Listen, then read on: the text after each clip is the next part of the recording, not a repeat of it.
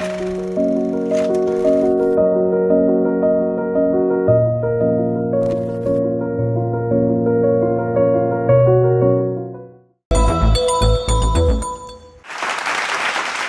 Dear students, क्या सुनना चाहते हैं आप मुझसे? ये प्रकृति बड़ी दयालु है। इसको जो प्यार करता है और जितना इस प्रकृति को देता है उससे ज्यादा वो हमें देती है। मैं राजस्थान से आया हूँ। राजस्थान वो इलाका है जहाँ दुनिया में सबसे कम बारिश होती थी और लोग बेपानी होके उजड़ गए थे। केवल कुछ थोड़े से बूढ़े लोग रहते थे। मैंने उनके साथ उनसे सीख कर उनकी जमीन को पानीदार बनाने के लिए और उनको पीने के पानी के काम शुरू किए और उसका परिणाम आज ये है कि ये पानी का काम जो मैंने वहाँ के अनपढ़ लोगों से सीखा था, उस काम ने भारत की धरती पर 23 मरी हुई सूखी नदियों को जिंदा किया। 6332 चंबल के डाकुओं की बंदूकें छोड़कर खेती करने के काम में लगे। 2.5 लाख पानी के जो रिचार्ज पॉइंट थे वो रिचार्ज हुए और उसमें से 12.5 लाख लोगों को रोजगार मिला जीवन का। तो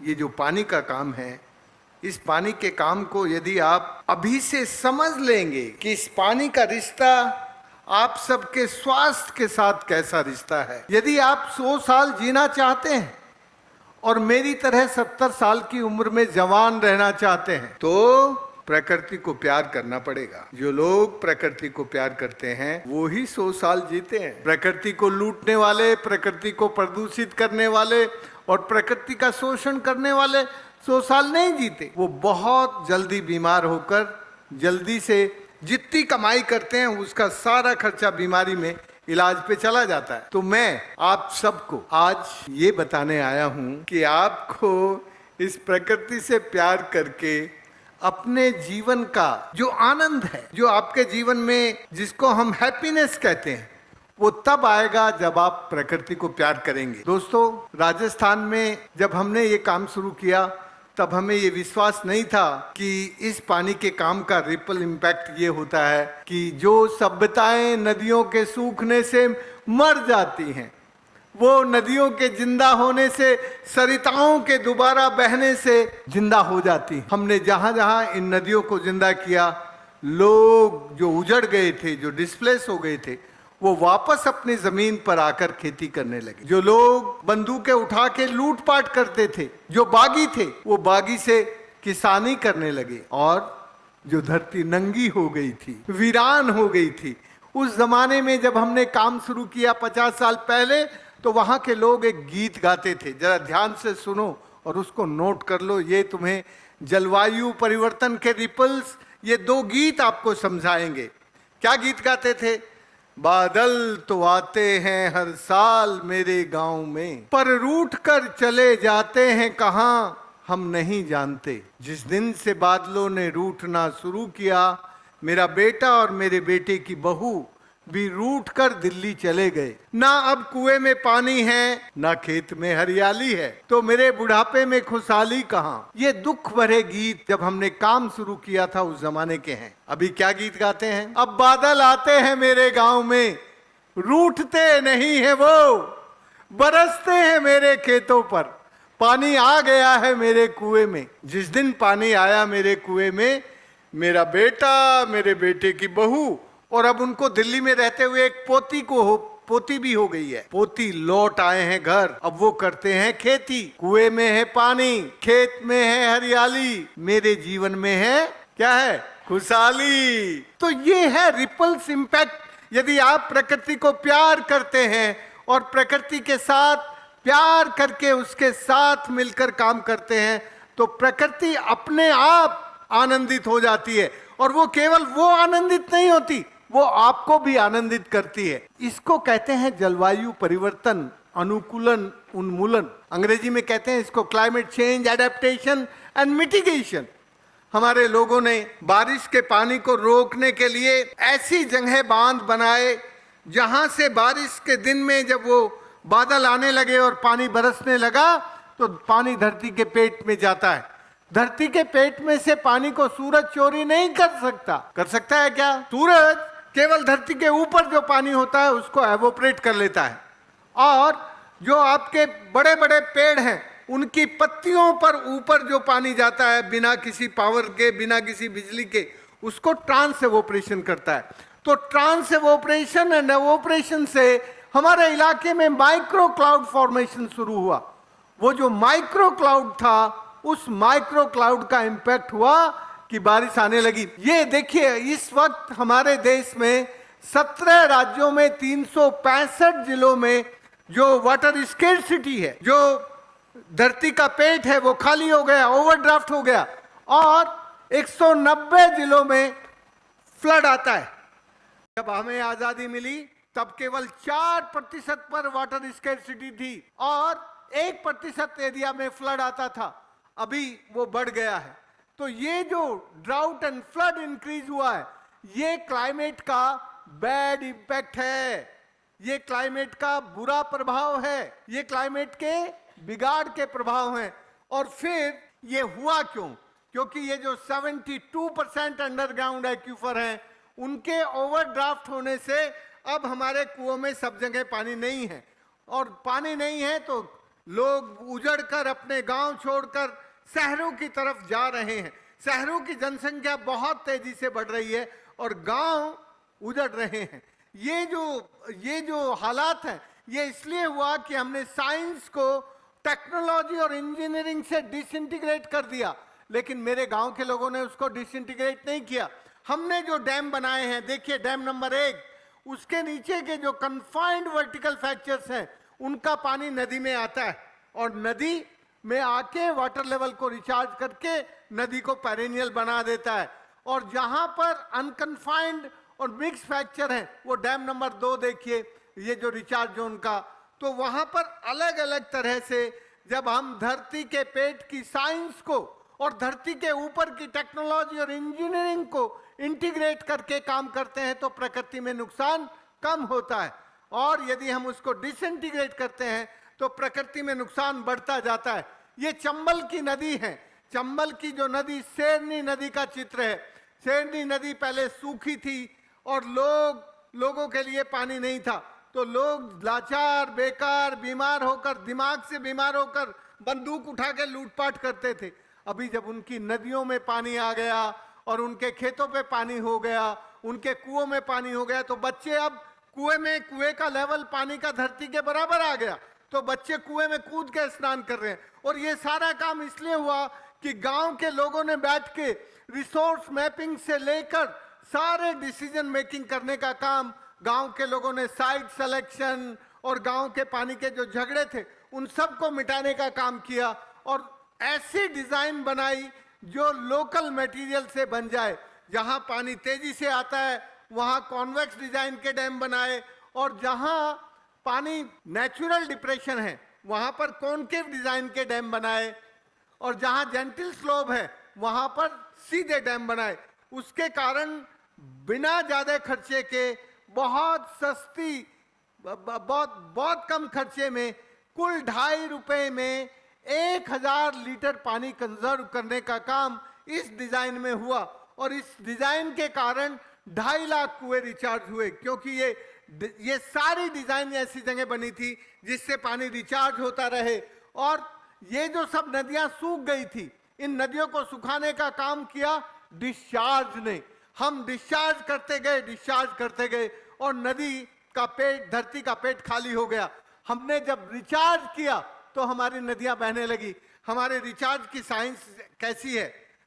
पानी जहां बरसता है वहां दौड़ कर चलता है। उसको रेंगना सिखा दो। जब वो रेंगने लगे तो पकड़ के धरती के पेट में बैठा दो, फिर उसको सूरज की नजर ना लगेगी, उस पानी से अपने जीवन को चला लो। ये सिंपल साइंस है। ये जो किताबों की साइंस नहीं है, ये लोगों के जीवन की साइंस है। इसको मैं कहता हूं science with sense and science with common sense. इस साइंस ने हमारी मरी हुई सूखी नदियों को जिंदा किया। देखो 25 जनवरी को ये सब नदी सूखी थी, लोग गांव छोड़ के शहर की तरफ जा रहे थे। वही 25 जनवरी का फोटो है 15 साल के बाद। अब नदी बह रही है, सेम पहाड़ यहां देखो हरा हो गया, और जो वीरान जगह थी, वेस्टलैंड, जो जो जिस पे कुछ पैदा नहीं होता था, अभी वहां सरसों की फसलें होने लगी। तो ये जो परिवर्तन आया है, ये परिवर्तन इसलिए आया कि ये नदियां, देखो ये चित्र देखो, जब वो डैम नहीं बना था तब वो छोटा सा पेड़ था, अभी ये पेड़ इतना बड़ा हो गया। और ये पेरेनियल नदी गर्मी में मई जून सब बहती रहती है, कभी नहीं सूखती, क्योंकि लोगों ने अपने क्रॉप पैटर्न को रेन पैटर्न के साथ जोड़ दिया। दोस्तों, जब मुझे वाटर नोबेल प्राइज मिल रहा था तो मेरे खिलाफ 1700 पिटीशन थी। तब रिमोट सेंसिंग सेंटर हैदराबाद ने ये रिसर्च की और बताया कि यही रियल साइंस है, ये कम्युनिटी साइंस है, कि जहां पर पानी का काम हुआ वहां ये जो लाल रंग दिख रहा है वहां हरियाली बढ़ गई। और हरियाली ने एटमॉस्फेयर में से कार्बन का सिक्वेस्ट्रेशन करके वहां की धरती का पेट पानी से भर दिया और ये नदियां बहने लगी। ये जो परिवर्तन था, ये परिवर्तन इसलिए हुआ कि हमने linking crop pattern with rain pattern किया, और उसके कारण ये धरती में जो इरोजन होता था, सिल्टिंग नदियों में होती थी, वो सब रुक गया, ग्राउंड वाटर रिचार्ज हो गया। और हम लोगों ने skill development of efficient use of water, हमारे जितने स्कूल थे उस इलाके के सब बच्चों को सिखाया कि कैसे पानी को बचाना है और कम पानी में कैसे अपनी जिंदगी को अच्छा चलाना है। आप मध्य प्रदेश के बच्चे जो है ना, भगवान के लाडले हैं, और लाडले होके बिगड़ गए हो तुम, बहुत पानी खर्च करते हो। हमारे राजस्थान के बच्चे ऐसे नहीं करते, एक एक बूंद का सदुपयोग करते हैं। तो जो भगवान के लाडले होते हैं ना, ये लाडले जल्दी बिगड़ते हैं, इसलिए उनको ठीक करने की ज़रूरत है। तुम सबको वाटर लिटरेसी की ज़रूरत है। मैं आज आपके संचालकों से कह रहा था कि मध्य प्रदेश के बच्चे सबसे ज़्यादा पानी बिगाड़ते हैं, उनको कम पानी में कैसे जीवन अच्छा चलता है उसको सीखना है। और वो तभी संभव होगा जब आपके जीवन में सुबह उठने से लेकर शाम तक आप अच्छे काम करेंगे। ये मेरे गुरुजी हैं, अनपढ़ हैं, लेकिन इन्होंने मुझे मेरी 2 दिन में 2 पीएचडी कंप्लीट कराई। पहली पीएचडी 25 कुओं में डाल के मुझे सिखा दिया कि धरती का पेट कैसा होता है, और दूसरी पीएचडी नदी के साथ चल चल के किस तरह के डैम डिजाइन करना, कैसे साइट सिलेक्शन करना, कैसे लोगों के झगड़े मिटाना, कैसे पानी को बाजारीकरण, निजीकरण रोक के पानी का सामुदायिकरण करना, ये सब इन्होंने मुझे सिखाया। और उसके कारण मैं इस धरती पर 15,800 डैम बना सका बिना सरकारी मदद के। मैंने किसी सरकार से एक पैसा नहीं लिया आज तक, बिना सरकारी मदद के 15,800 डैम मैं बना सका। उसका कारण है कि इन्होंने जो शिक्षा दी थी वो शिक्षा नहीं थी, वो विद्या थी। शिक्षा जो है वो हमें खुदगर्ज बनाती है, सेल्फिश बनाती है, और विद्या जो है वो हमें सबके भले के काम करना सिखाती है। विद्या करने वाला कमाई नहीं करता, पैकेज नहीं ढूंढता है, वो किसी का नौकर नहीं होता है। विद्या पाने वाला इस देश के लिए, धरती के लिए, लोगों के लिए काम करता है। और ये शिक्षा पाने वाले लोग सारे के सारे बाबू नौकर बनना चाहते हैं, नौकर बन के जीवन जीना चाहते हैं। तो मुझे शिक्षा नहीं दी थी, मेरी शिक्षा भुलाई और मुझे विद्या दी। वो विद्या देने वाला ये अनपढ़ मेरा गुरु है, अनपढ़, एक दिन स्कूल नहीं गया और इसको बोलने में बहुत सारे शब्द नहीं आते थे।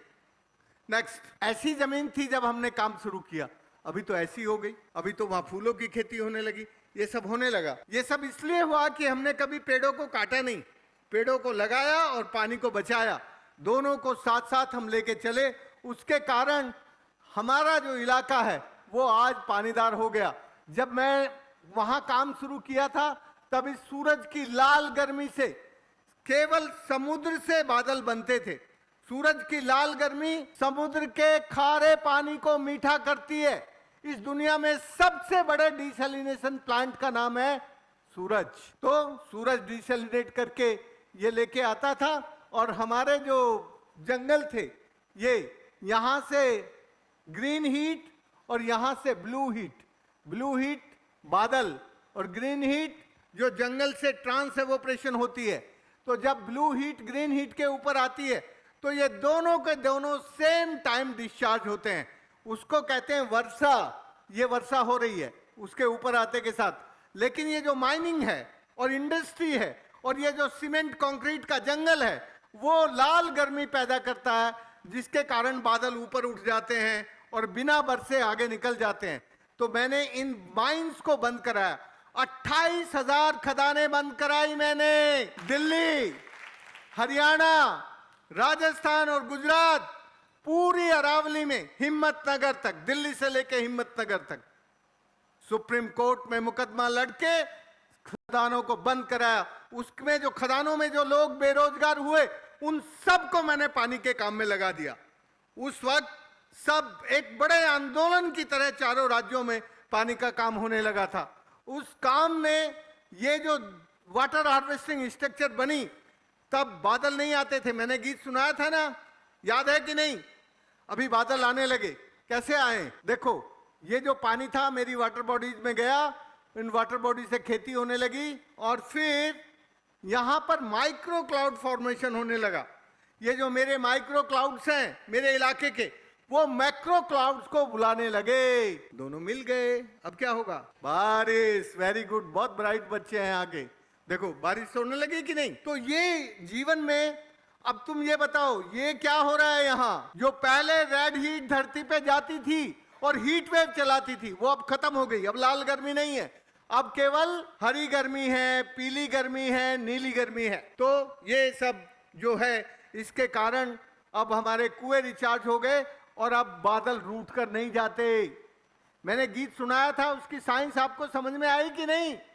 ये उसकी साइंस है। इस साइंस को कहते हैं साइंस विद सेंस। बच्चों, कोई काम जीवन में बड़ा नहीं होता। ये पानी का काम, इस पानी के काम ने पूरी दुनिया के संयुक्त राष्ट्र संघ में water is climate and climate is water, ये जो नारा है, ये भारत का नारा था, मेरा नारा था। और उस नारे के बाद 2015 में इस बात को स्वीकार किया गया और स्वीकार करके यूएन ने एक तरह से ये मान लिया कि water is climate and climate is water. तो अभी तो पूरी दुनिया में इस आधार पे काम हो रहा है।